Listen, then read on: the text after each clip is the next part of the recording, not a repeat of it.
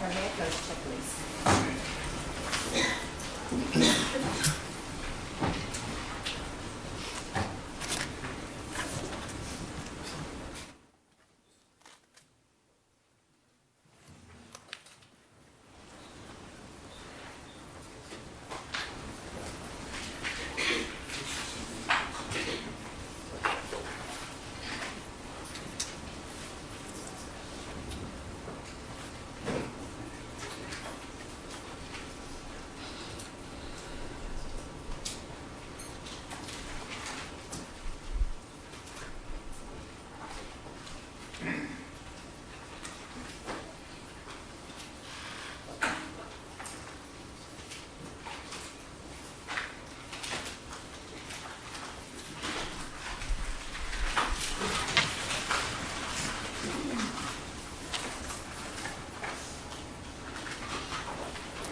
Sir, would you please stand in the witness box? Do you solemnly state that the testimony you may give in the cause now pending before this court shall be the truth, the whole truth, and nothing but the truth, so help you God? I do. Please be seated. Please state your name for the record. Spell your first and last names. Stephen Marks, Stephenmarx. Good morning, sir. Good morning. Let me provide you with some introductory instructions. Please sit back and relax. Please speak loudly, and that way everyone can hear you. If you're called upon to provide a yes or no answer, please use those terms rather than slang which can be confusing. And lastly, please wait until you hear an entire question before you even start to answer it, and that way we won't have two people speaking over each other at the same time. Is that okay? Yes. Thank you. Direct examination by the people. May I have just one moment? You may, Mr. Logan.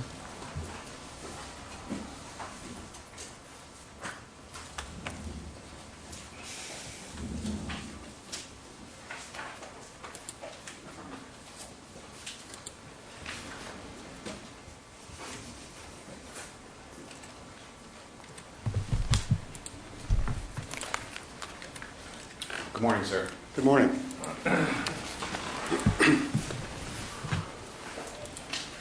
Sir, I want to take you back to the month of June 2009. Where were you employed at that time? I was employed as a computer forensics examiner at the DEA Digital Evidence Lab. Okay. And DEA, that's the Drug Enforcement Agency? Or That's Administration, I'm sorry? That's correct. Okay. And where was that lab located? Lorton, Virginia. And at that time, how long had you been employed or working for the DEA in this forensic computer analysis capacity? At that time, about 5.5 years. Okay. And prior to that, where did you work? I was a special agent with the United States Customs Service for 21 years. 14 of those years, I was a supervisory special agent. And the last 5 of those years, I was also a computer investigative specialist. Okay. And what is computer forensics? Computer forensics is the process of retrieving data from digital devices using software and procedures that try to maintain its admissibility in court. Okay. And how do you go about, and I'm just speaking generally, how do you go about retrieving data, information from computers from a forensic standpoint? Generally, what you start out with is acquiring the data from the original evidence and creating an exact copy of it. You then use examination tools and software to extract the data from the copy. Okay. May I have just one moment, Your Honor? Yes.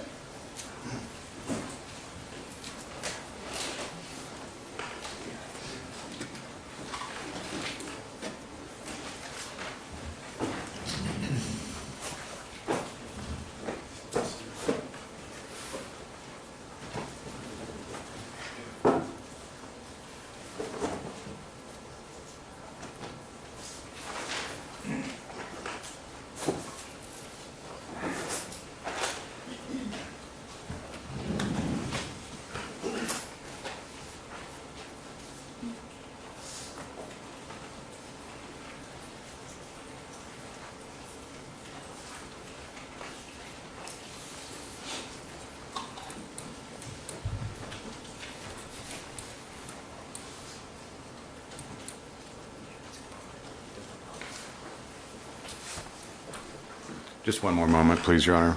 Certainly.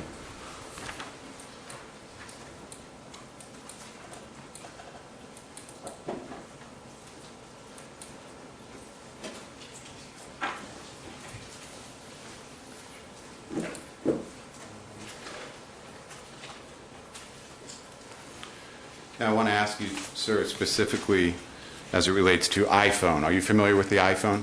Yes, I am. Okay, and is that essentially a mobile computer? Yes, it is. It definitely is a mobile computer. Okay.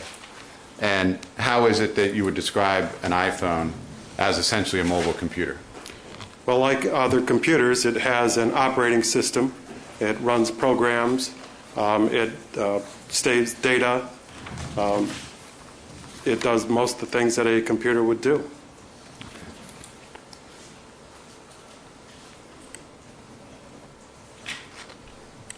And I want to ask you about some general terminology, and what I'm talking about now is specifically as it relates to iPhone devices. What is a screenshot? An iPhone, during certain circumstances, most commonly when someone presses the button, the only button that's on the face of the iPhone, saves a shot of what is being displayed on the screen at that time into temporary storage. That's the screenshot. Okay. So visually, if you're holding an iPhone and literally looking at the screen, that rectangular image will be stored somewhere on that iPhone device? That's correct. Okay. And is that storage permanent, temporary, or what? That's temporary storage for use by the operating system. Okay. So is it possible then, is it eventually overridden?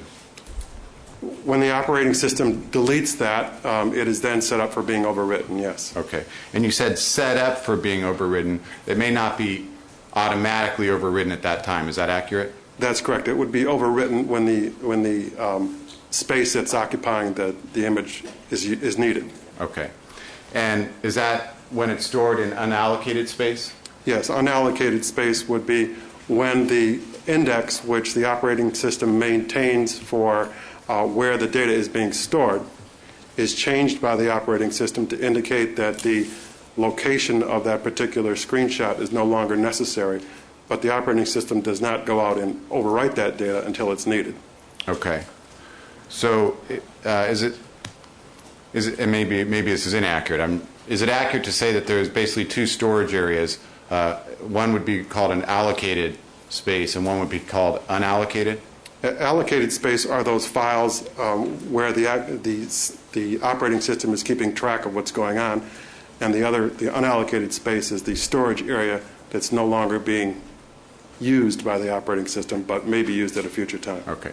So allocated would be data, things that the operating system is going to need to call up again. Correct. Okay. And unallocated is the operating system's made a determination it no longer needs it, so it's going to put it in the unallocated area. It marks the index stating that that area can now be rewritten to. Okay. And it will stay in that unallocated area until and if the time that it's actually overridden with additional data. That's correct. And generally, the larger the storage area, the less likely that data will be overwritten over time. Okay. Now, sir, in your capacity as a forensic examiner with the DEA, did you conduct analysis on the iPhone as it relates to this case? Yes, I did. Okay.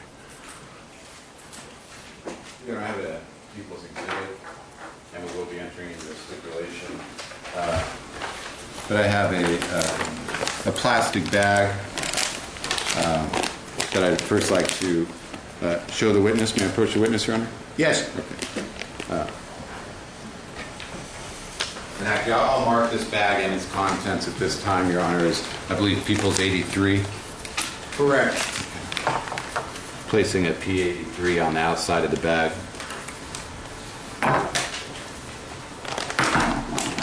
Mr. Marks, I want to ask you, first of all, about the outside of this bag. People's 83. You see the date on there, July 28, 2009? Yes, I do. Okay. Was that the date this was recovered, to your knowledge? That's correct. And does that also indicate your name or initials somewhere on that envelope? Yes, it shows that I opened it. Okay. And let me take this. For the record, Your Honor, I'm now going to open up the plastic envelope of People's 83 and remove the contents?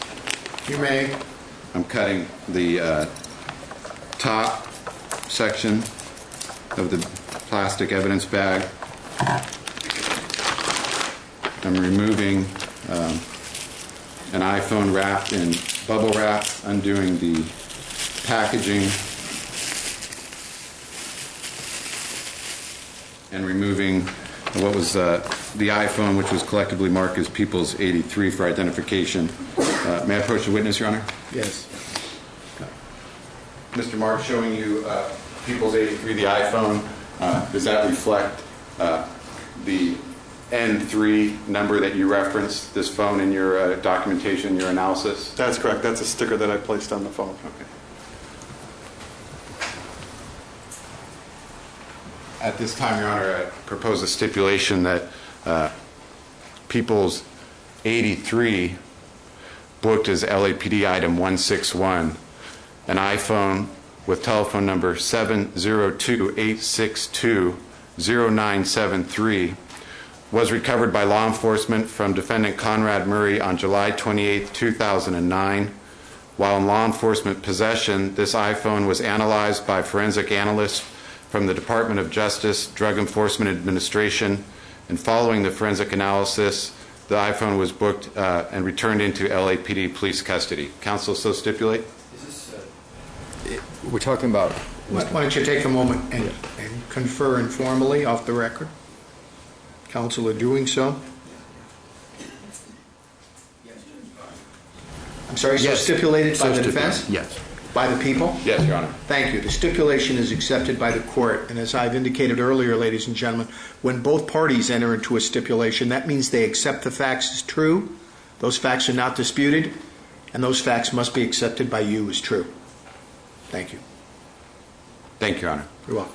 Mr. Marks, then, on your analysis of Conrad Murray's iPhone, did you find screenshots on the phone related to the date of June 25th, 2009? Yes, I did. And is it fair to say that a very large number of screenshots were located, but only certain ones could be attributed to a particular date?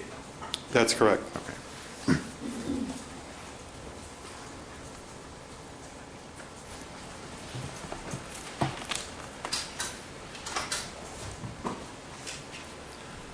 Now, going first to screenshot that I'm going to ask be marked as People's 84 for identification. Marked.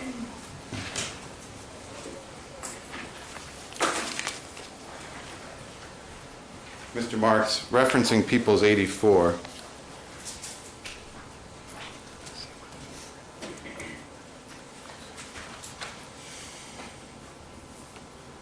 putting it up on the Elmo here.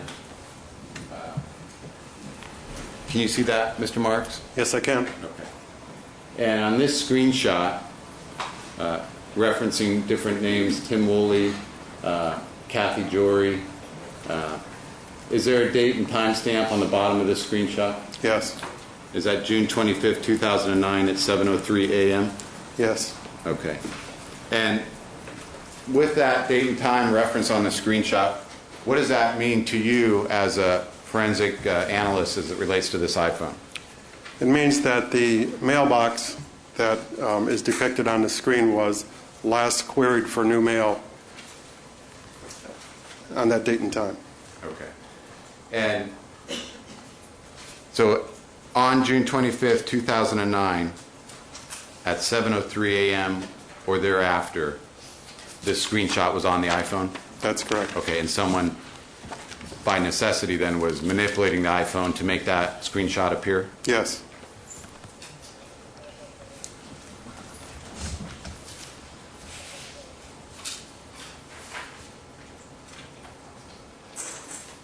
I have another screenshot, Your Honor, reflecting a date of 6/25/09 and a time of 9:45 a.m. I'd ask, Mr. Gorgin's reviewing the exhibit. that be marked People's 85 for identification. Yes.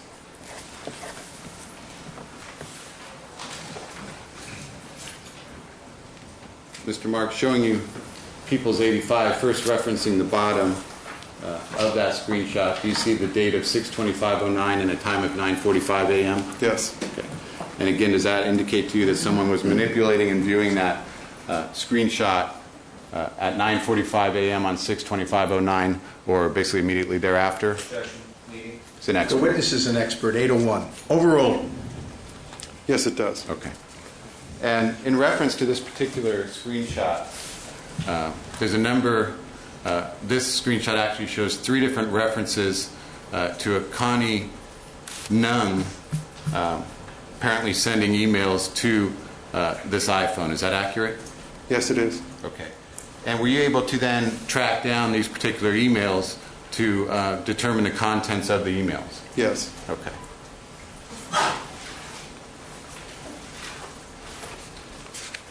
John, I have a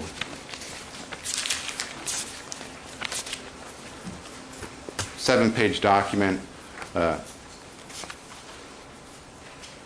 depicting an email with a header date of June 24th, 2009 at 5:33 p.m. Subject line being Omar Arnold dash progress notes, accompanied by the body of the email and multiple documents. May this be collectively marked as People's 86? Yes.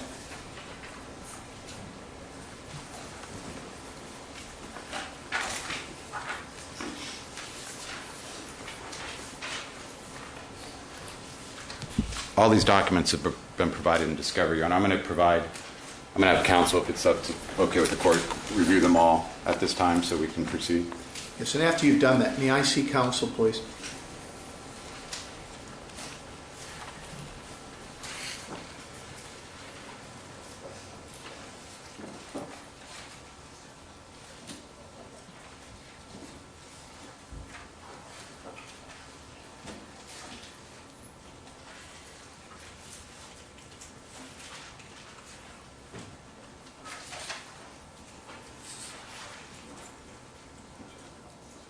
Do you want me to review all this before we approach? If you'd like, sure. Okay. You're welcome.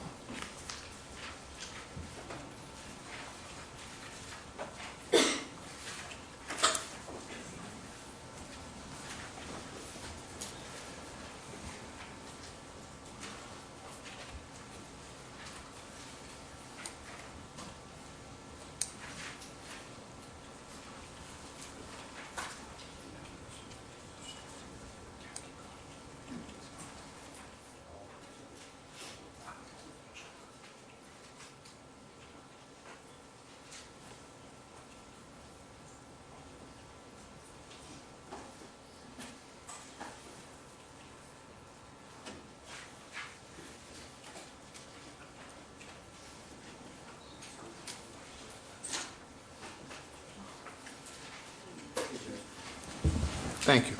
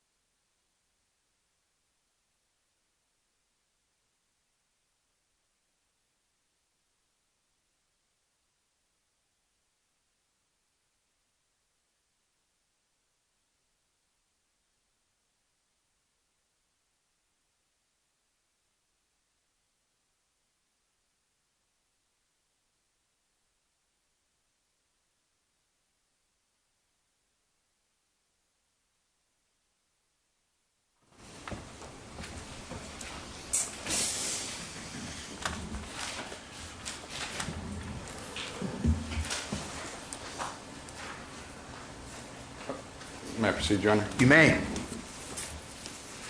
And again, council's had a chance to review the emails. I just want to, Mr. Mark, so you were able to, again, follow up and locate these various emails from a Connie Nung to Conrad Murray? Yes, I was. Okay. And previously marked as People's 86 for identification. And I believe I had indicated it's got a sent date of June 24th, 2009 at 5:33 p.m. with the subject line Omar Arnold Progress Notes, and it's a multiple page document. Mr. Marks, first showing you page 1, which again, may we dim the lights, Your Honor? I think I'll need them dimmed. We may. Regarding these various emails, Mr. Marks, is this the header of the email saying from Connie Nung, and that's NG, last name? Yes. Okay. To Dr. Murray, GCA at sbcglobal.net? Yes. Okay. With the date of June 24th, 2009 at 5:33 p.m.? Yes. And you see the subject of Omar Arnold Progress Notes? Yes. Okay.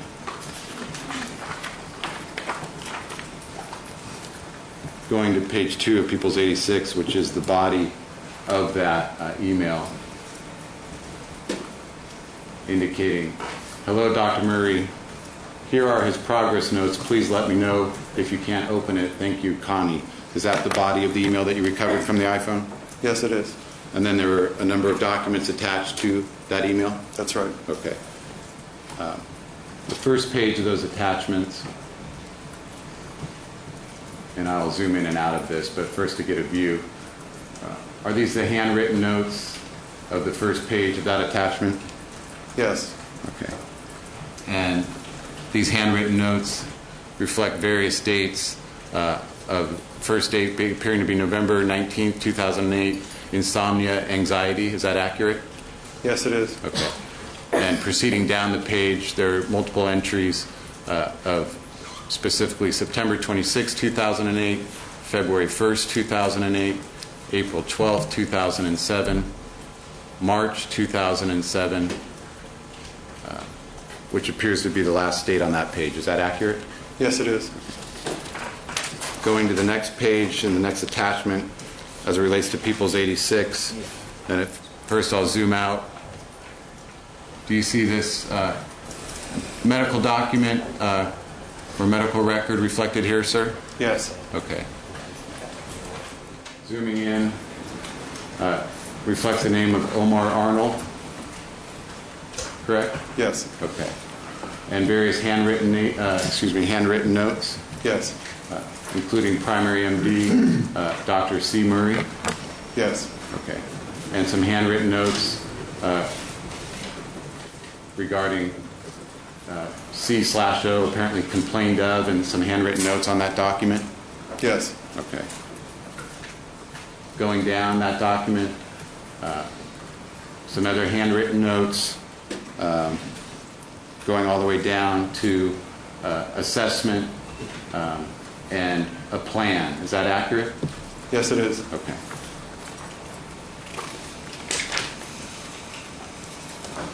Going to the next page of People's 86, again zooming in, has the same name, Omar Arnold, Yes. with a date of January 11th, 2006. Yes. And again, various handwritten notes on that document.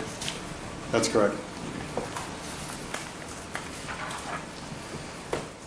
The next page,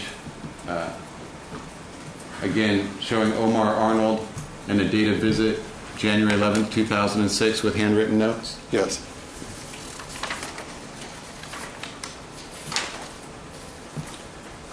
And the last page of this email attachment, again reflecting the name Omar Arnold and handwritten notes. Is that accurate? Yes, it is.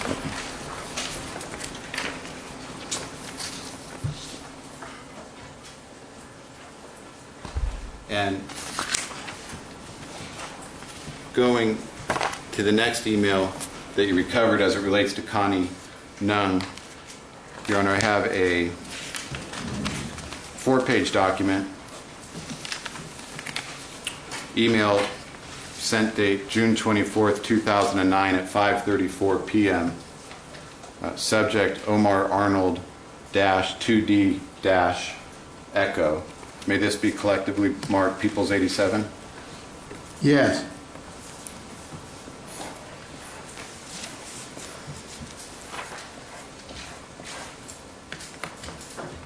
And again, before I get to Peoples 87, Mr. Marks, going back to Peoples 85, the screenshot, do you see on that document the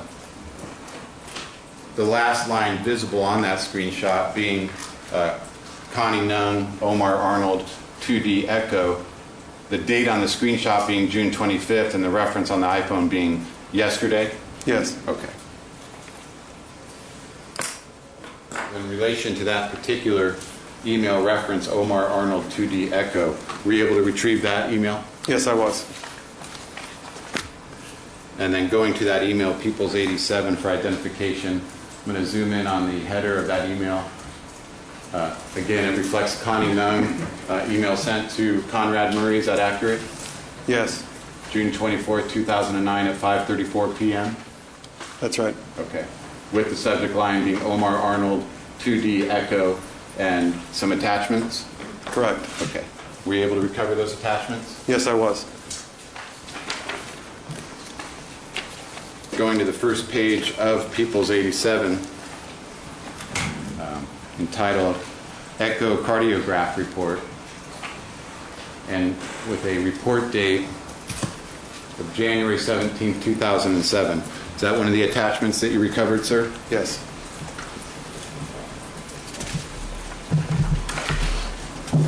Going to the next page of the same email attachments,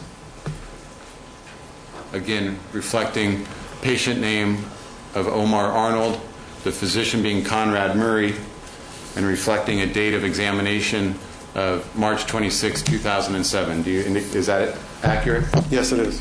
And that was recovered as an attachment? That's correct. And the last page of that email seems to be a duplicate, however, again, entitled Echocardiograph Report. Patient name says Omar, physician Dr. Murray, and a date of examination of January 17, 2007. Is that accurate? Yes, it is.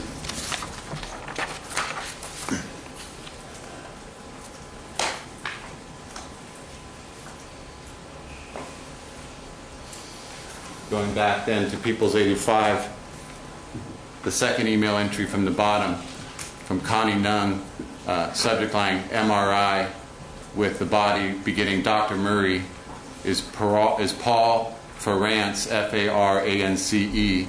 Do you see that entry there? Yes, I do. Okay. Were you able to recover that email? I was. Again, Your Honor, I have a 4-page set of documents beginning with the email header page. May this be marked Peoples 88 for identification? Yes. Mr. Marks, I'd like to just walk through this email, beginning with the first page, the header page.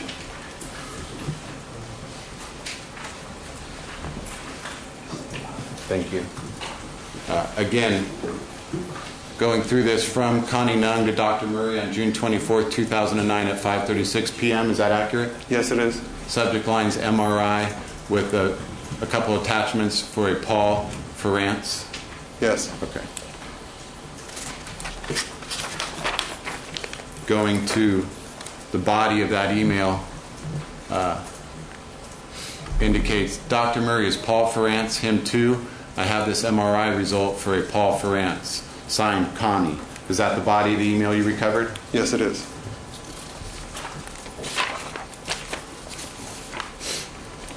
Going to the next attachment. Tower St. John's Imaging in the name of Conrad Murray, MD, with an exam date of November 13th, 2007. Does that accurately reflect this attachment and the information contained therein? Yes, it does.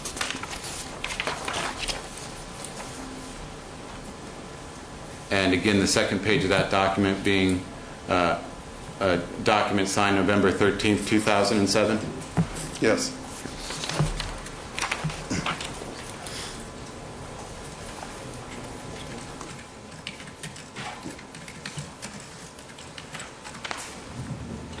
Going now to the next email, and referencing People's 85.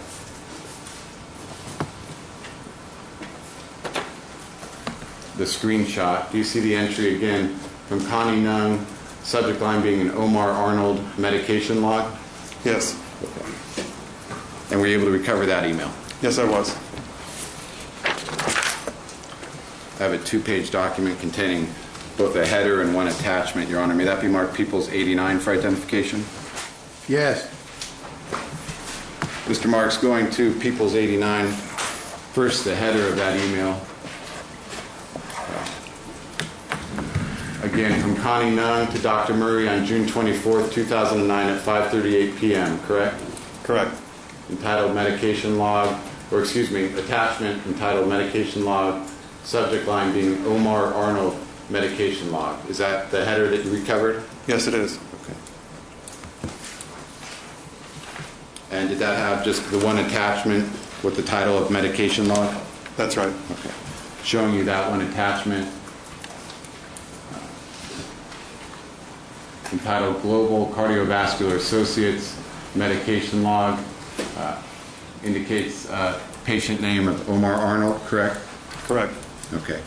And then goes through various Benequin, vitamins, things of that nature, handwritten on that document. Is that accurate? Yes, that's accurate. Okay. And that's what you recovered from the iPhone of Conrad Murray? That's right.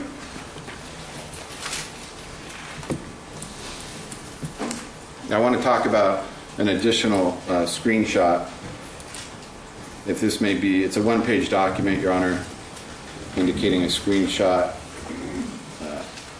of an email dated June 25th, 2009 with the time of 5:54 a.m. May that be marked People's 90 for identification? Yes.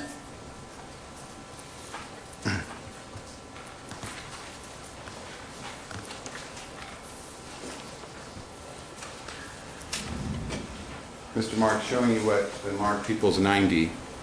Let me zoom out first. Do you recognize this screenshot that you recovered from Dr. Murray's iPhone? Yes, I do. Okay. And it indicates from a Bob Taylor to a Conrad,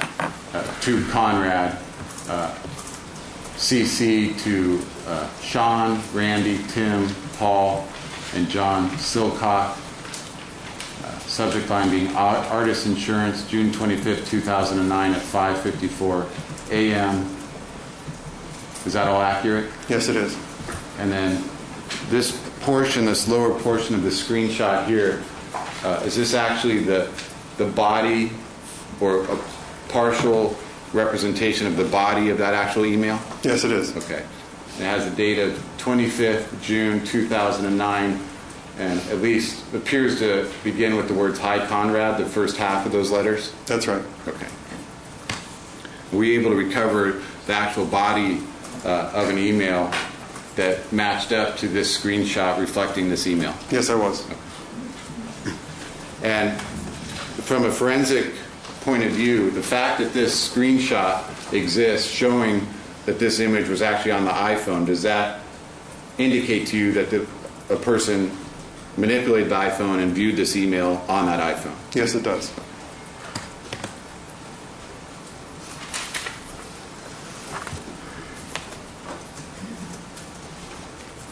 I have a one-page document, Your Honor, indicating a body of an email reflecting the same date and time, June 25th, 2009 at 5:54 a.m. From a Bob Taylor. May this be marked People's 91 for identification? It is.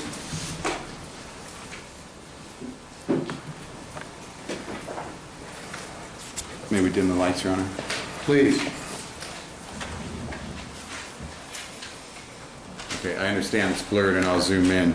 But looking at this document, does this reflect the email that you were able to match up to the screenshot reflected in People's 90? Yes, it does. Okay. It has the same date of June 25th, 2009 at 5:54 a.m. It has the forward M. Jones as the screenshot did, the same date, and begins with "Hi Conrad." That's right. Okay. And going down to the bottom of this email.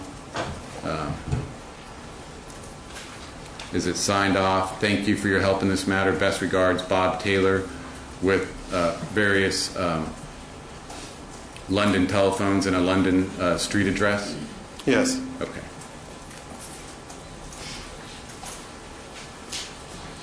Is this a good time to take the morning break, Your Honor? I think so. Hopefully it's okay with the jurors. Ladies and gentlemen, please remember all the orders, written and verbal. We'll take about a 15 or 20-minute break, and we'll call you out at the end of that period. Thank you.